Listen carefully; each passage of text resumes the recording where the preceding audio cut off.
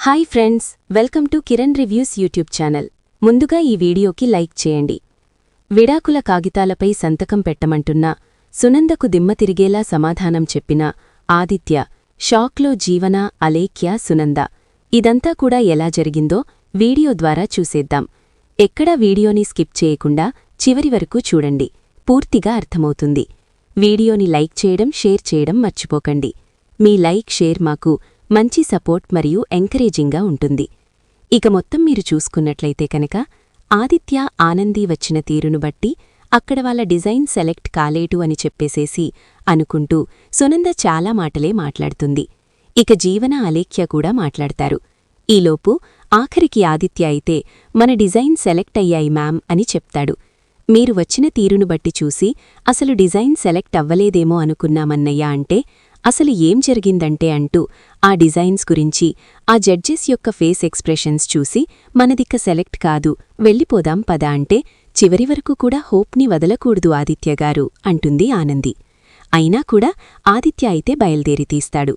ఈలోపు జడ్జెస్లో ఒకతనొచ్చి సరే ఎక్కడికి వెళ్ళిపోతున్నారు అని చెప్పనంటే మా డిజైన్స్ ఎలాగో సెలెక్ట్ కావు, జడ్జెస్ కేసులో ఎక్స్ప్రెషన్స్ చూశాం అందుకే వెళ్ళిపోతున్నామనంటే నో మీరు పొరపట్టారు, అసలు కేడీ గవర్నమెంట్స్ లిస్ట్లో ఫస్ట్ పేరులో ఉంది తెలుసా మీకు అని చెప్పేసేసి అంటూ మీరు రండి లోపలికి, మీకోసం వెయిట్ చేస్తున్నారు జడ్జెస్ అని చెప్పి అంటాడు. దాంతో ఇక వాళ్ళు లోపలికి వెళ్లిన తర్వాత విషయం తెలిసి చాలా సంతోషిస్తారు. ఇక ఆ విషయం చెప్పేసరికి అందరూ కూడా చాలా హ్యాపీగా ఫీలవుతారు. కేడీ గవర్నమెంట్స్ తన డిజైన్స్ లీక్ అయినా సరే ఫస్ట్ ప్లేస్లోకి వచ్చింది అని చెప్పేసేసి ఇక చైతన్య అయితే చిన్న పార్టీ అరేంజ్ చేశామంటూ కేక్ కటింగ్ పెడతాడు. ఆ కేక్ హార్ట్ షేప్లో ఉన్నందుకు కూడా సునంద చాలా మాటలు మాట్లాడుతుంది. అవేమీ పట్టించుకోకుండా ఇక మొత్తానికి కేక్ కట్ చేసేశాడు చైతన్య. అయిపోయిన తర్వాత ఒకరికొకరు తినిపిచ్చుకోవాలి, పార్ట్నర్స్ కదా అంటూ ప్రోటోకాల్ అన్నయ్యా అంటూ మొత్తానికి ఇద్దరూ కేక్ తినిపిచ్చుకునేలా చేస్తాడు. కాని ఆదిత్య ఆనంది పెడుతూ ఉంటే ఆపి తన చేత్తో తీసుకొని తింటాడు. ఆనంది ఎలా అయినా సరే ఆదిత్య తనకు తినిపిచ్చేలా చేసుకోవాలని, ఇంకా మీరు ఆ భయంలోనే ఉన్నట్టున్నాడులే, భయంతో బ్రతికే మనిషి ఏ పని చెయ్యాలన్నా ఆలోచిస్తారు అని అంటూ ఉంటే ఎవరు భయంతో లేరు ఇక్కడ అని ఆద్య. ఇక సరేనని చెప్పేసి ఆనందికి తినిపిస్తాడు. ఇక ఆ తర్వాత ఆనంది చాలా హ్యాపీగా ఫీలవుతుంటే సునంద వచ్చి ఏంటి చాలా సంతోషపడిపోతున్నావు, ఇంకేముందిలే, నా జీవితంలో అనుకున్నవన్నీ అనుకున్నట్టుగా జరిగిపోతున్నాయి, నేను హ్యాపీగా ఉంటాను, నన్ను ఎవరు ఏం చెయ్యలేరు అని చెప్పేసేసి చాలా గట్టి నమ్మకంతో ఉన్నట్టున్నావుగా, కాని నీ నమ్మకాన్ని వమ్ము చేయడానికి నేనున్నాను, ఖచ్చితంగా నేననుకున్నదే జరిగి తీరుతుంది. ఈ సంతోషమంతా కూడా బాధగా మారే టైం దగ్గరికొచ్చేసింది. అంతేకాదు ఇంత సంతోషాన్ని మనసులో దాచుకొని నీ కళ్ళు చాలా చక్కగా మెరిసిపోతున్నాయి కదా, కాని రాబోయే రోజుల్లో నీ కళ్ళు మెరుస్తాయి కాని ఎందుకో తెలుసా, సంతోషంతో కాదు, కన్నీళ్లతో. కన్నీళ్లు కిందికి రాల్చలేక, కంట్లో ఉంచుకోలేక నువ్వు బాధపడుతూ, వేదన పడుతూ, నువ్వు ఏడుస్తూ ఉండక రాలే కన్నీళ్లుంటాయే, అవి నీ కళ్లల్లో మెరుస్తాయి. అలాంటి రోజు దగ్గర్లోనే ఉంది, అస్సలు టెన్షన్ పడకు, నేను ఆ రోజులు నీకిస్తాను. దానికి కావలసిన ప్రిపరేషన్స్ అన్నీ కూడా జరుగుతున్నాయి. నీకవి కనిపించవు, నువ్వు చేసే ప్రతీదీ కూడా, నువ్వు కోరుకునే రిజల్ట్ అంతా కూడా నాకిక్కడ కనిపిస్తుంది. బట్ నువ్వు నేను చెయ్యబోయేటటువంటి పనుల వల్ల వచ్చే రిజల్ట్స్ కాని, నేను చెయ్యబోయే పనులు కాని నీకు కనిపించవానంది, కనిపించవు, కాని జరిగిపోతూ ఉంటాయి అని అంటుంది. ఇక ఏం చెయ్యాలో ఏం మాట్లాడాలో అర్థంకాక ఆనంది అయితే సైలెంట్ అయిపోతుంది. ఇక అలా సైలెంట్ అయిపోయిన తర్వాత సునంద వెళ్ళిపోతుంది. జీయత్తయ్యగారు ఏమాలోచించారు అంటుంది జీవన. ఏం చెయ్యాలో నేను గట్టిగానే నిర్ణయించుకున్నాను, నువ్వు కంగారు పడకు అనేసి ఇక సునంద ఇంటికి వెళ్తుంది. అలా వెళ్ళిన తర్వాత ఇంట్లో అందరూ భోంచేస్తూ ఉండగా శశికంతో ఏంటి తెగ ఆనందపడిపోతున్నారు, కొడుకు కోడలు ఇద్దరూ కలిసి వెళ్లారు, కలిసి వచ్చారు, దానితోపాటు ఇద్దరూ కలిసి కేక్ కట్ చేశారు, కాని ఆ ఆనందాన్ని సంబరంగా జరిపేసుకుంటున్నట్టున్నారుగా అంటే అలాంటిదేం లేదు సునంద అంటూ ఉంటాడు శశికాంత్. ఇదంతా తీసుకొచ్చాను అది మీరు కాదు, మీ వల్ల కాదు నాకు ఈ గొడవలన్నీ అని చెప్పని అంటూ ఉంటే మధ్యలో నేనేం చేశాను అంటే ఆ పూర్ణిమని మీ జీవితంలోకి తీసుకొచ్చుకోకుండా ఉంటే ఈ గొడవలంతా ఉండేదే కాదు కదా అంటూ ఉండగానే ఈలోపు ఎవరో వచ్చి మేడం సరే ఈ పేపర్స్ ఇమ్మన్నారు అంటే చూసుకుని ఓకే థ్యాంక్యూ అని చెప్తుంది మామ్. ఏంటి పేపర్స్ అని చెప్పనంటే తినబోతూ రుచి ఎందుకు చైతన్య, ఒక 5 నిమిషాలాగు అని చెప్పేసేసి అంటూ ఆది అని పిలుస్తుంది. ఆదిత్య రూమ్ నుంచి బయటకొస్తాడు. చెప్పమ్మా అని చెప్పనంటే, చెప్తాన్రా నాన్న, కూర్చో అని చెప్పి డైనింగ్ టేబుల్ దగ్గర కూర్చోబెడుతూ, ఏంటి భోజనానికి రాలేదు అనగానే, ఏంటో ఆకలిగా లేదమ్మా అంటాడు. అవునా, ఆకలిగా లేకపోవడమేంటి అంటూ ఉంటే, అన్నయ్యకి ఆనందంతో ఆకలి వేయట్లేదేమోనమ్మా అంటాడు చైతన్య. ఆనందంతో ఆకలి వేయకపోవడమేంటి అని చెప్పేసేసి అంటుంది ఇక సునంద అయితే. అవునమ్మా, అన్నయ్యకి ఆనందంతో ఆకలి వేయట్లేదు. ఎందుకంటే ఇక ఆనంది వదిన పక్కనే ఉండి ప్రతి విషయంలో విజయాలు తీసుకొస్తుంది కదా. అంటే ఏ ఆనంది పక్కన లేకపోతే ఆదిత్య నడవడం కూడా రాదా, లేకపోతే విక్టరీని సాధించుకోవడం రాదా అని అంటూ, అందుకే ఒక నిర్ణయానికి వచ్చాను అంటుంది.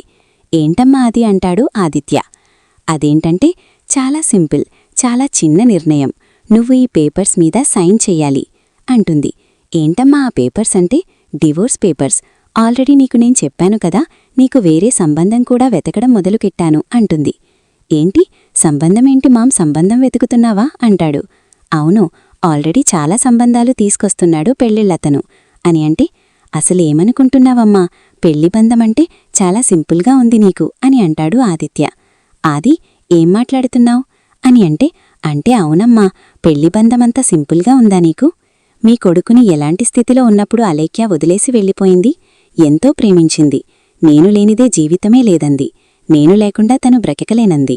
అన్ని మాటలు మాట్లాడినా అలేఖ్య నేనున్న పరిస్థితిని చూసి పెళ్లి చేసుకోడానికి క్షణం కూడా ఆలోచించకుండా నో చెప్పేసి వెళ్ళిపోయింది. మరి అలాంటి స్థితిలో ఉన్న నీ కొడుకుని పెళ్లి చేసుకుని ఎలాంటి పరిస్థితి నుంచి ఎలా నిలబెట్టిందో నీకు తెలియదా? తప్పులు ప్రతి ఒక్కరూ చేస్తారు మాం, కాని ఆ తప్పుని పట్టుకుని పూర్తిగా జీవితాన్నే నాశనం చేసేస్తానంటే ఎలా చెప్పు?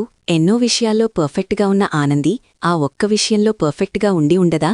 ఏమో, ఒకవేళ ఆనంది చెప్తున్నట్టుగా నిజంగానే తనకు తెలియకుండా, తన ప్రమేయం లేకుండా ఎవరో వెనకుండి ఇదంతా చేశారేమో, ఎవరికి తెలుసు అని అంటుంది అని అంటాడు ఆదిత్య.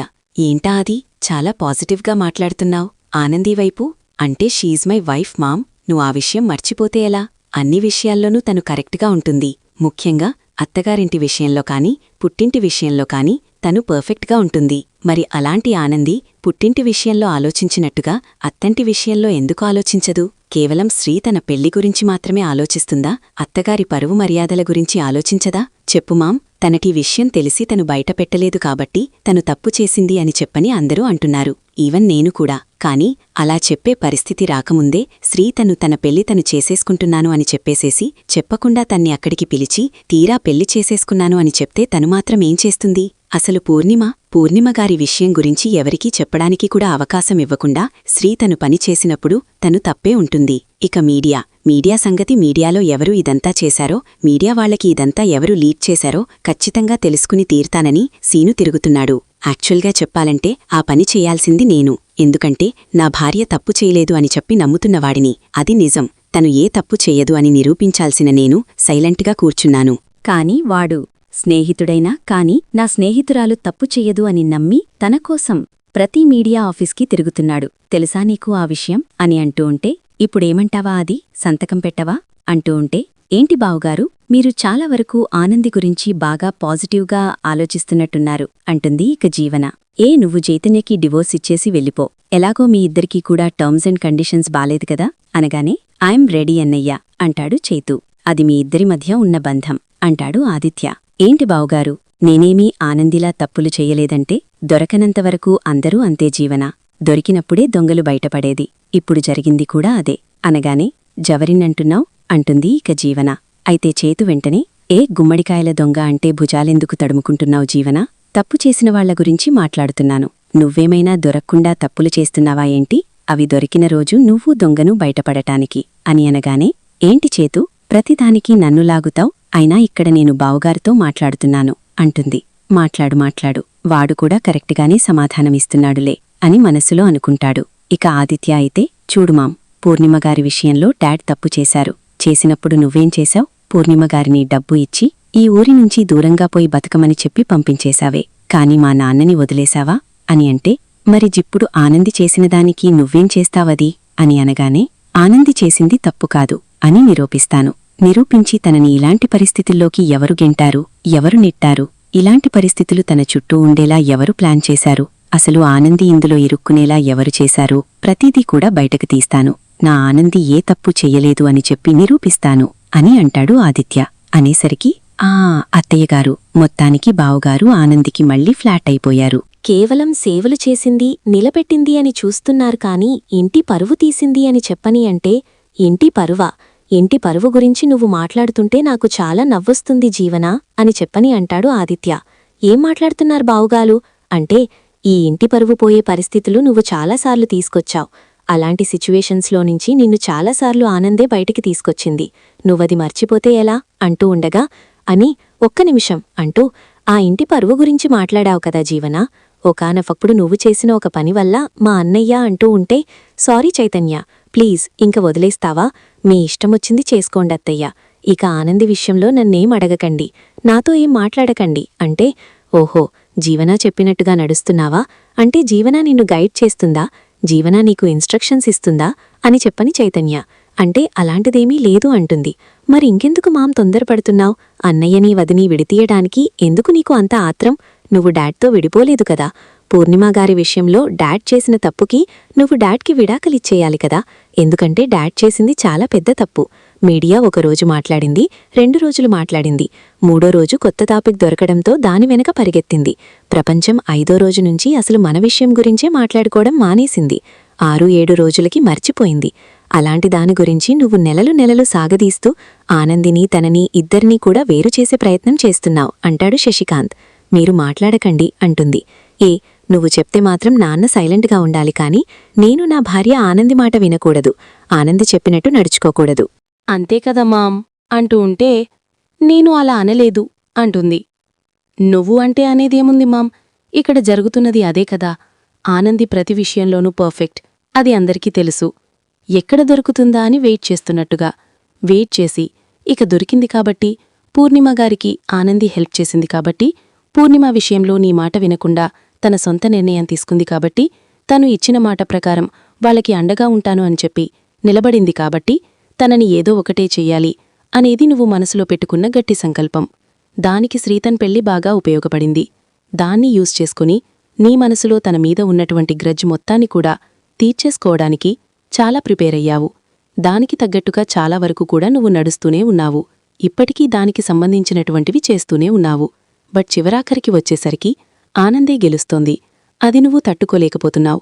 అంతే కదమ్మా అని చెప్పని అనగాని, ఇక ఏం మాట్లాడాలో అర్థంగాక, ఇప్పుడేమంటావ్?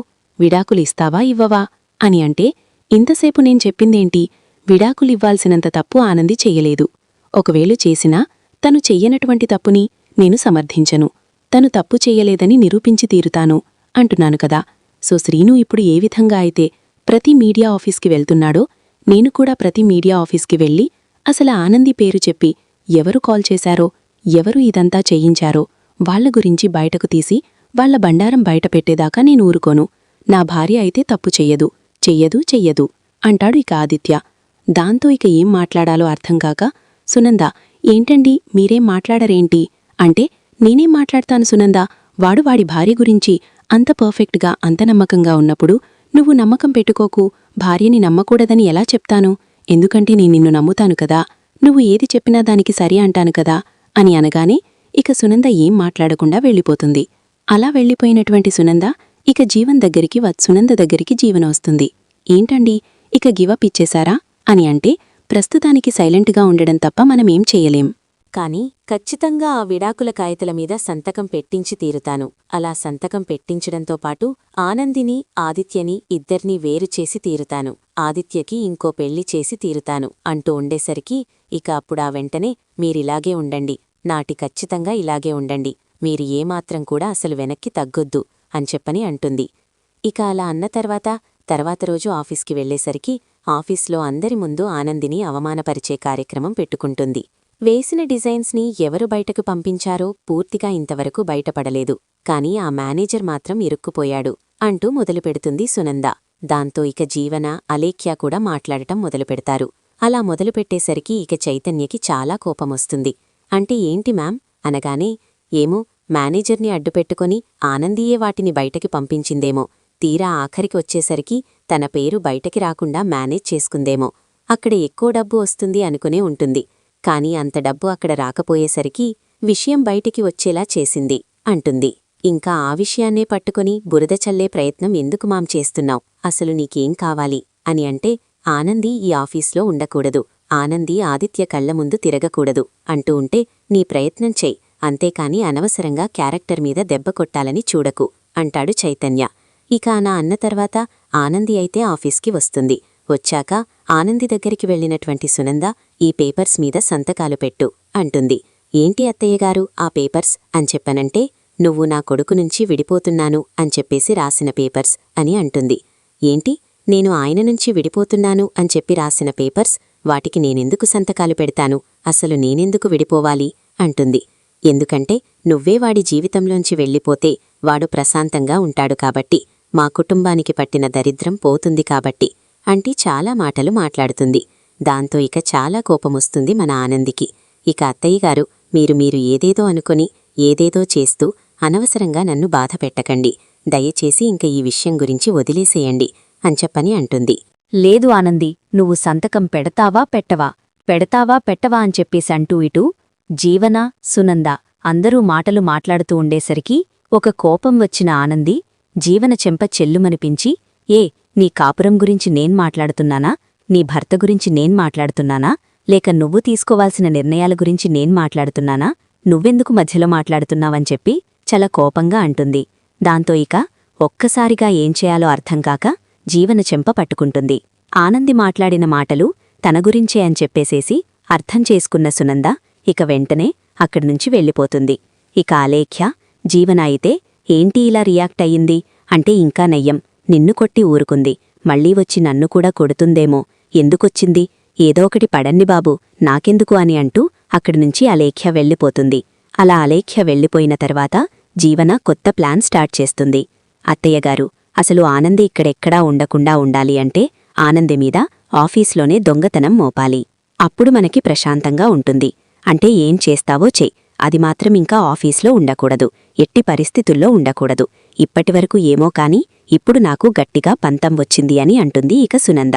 దాంతో ఇక ఆ జీవన మేనేజర్తో కలిసి కొత్తగా ఇంకొక ప్లాన్ చేస్తుంది. ఆఫీస్లో ఆదిత్య రూంలో సునంద ఇచ్చినటువంటి డబ్బు సూట్ కేసుంటుంది. ఆ సూట్ కేసుని తీసుకువెళ్లి ఆనంది ఆ సూట్ కేసులోంచి కొంత డబ్బు తీసి ఆనంది హ్యాండ్ బ్యాగ్లో పెట్టిస్తుంది జీవన. ఇక అలా పెట్టించిన తర్వాత ఆ విషయం గురించి కూడా పెద్ద రచ్చ చేస్తుంది. చివరాఖరికి అదంతా కూడా కుట్రని, ఆనంది తీసుకోలేదని, ఏ టైంలో అయితే ఆ డబ్బు కనిపించకుండా పోయిందో ఆ టైంలో అసలు ఆనంది ఆఫీస్లోనే లేదని చెప్పడంలో రుజువవ్వడంతో ఇక ఏం చెయ్యాలో అర్థంకాక అందరూ కూడా సైలెంట్ అయిపోతారు. చూద్దాం మరి రాబోయే ఎపిసోడ్స్లో ఏం జరుగుతుందో. వీడియో నచ్చితే లైక్ చేసి వీడియోని షేర్ చేయండి, ఛానల్ని సబ్స్క్రైబ్ చేయండి, పక్కనే ఉన్న బెల్ ఐకాన్లో ఆల్ ట్యాప్ చేయండి.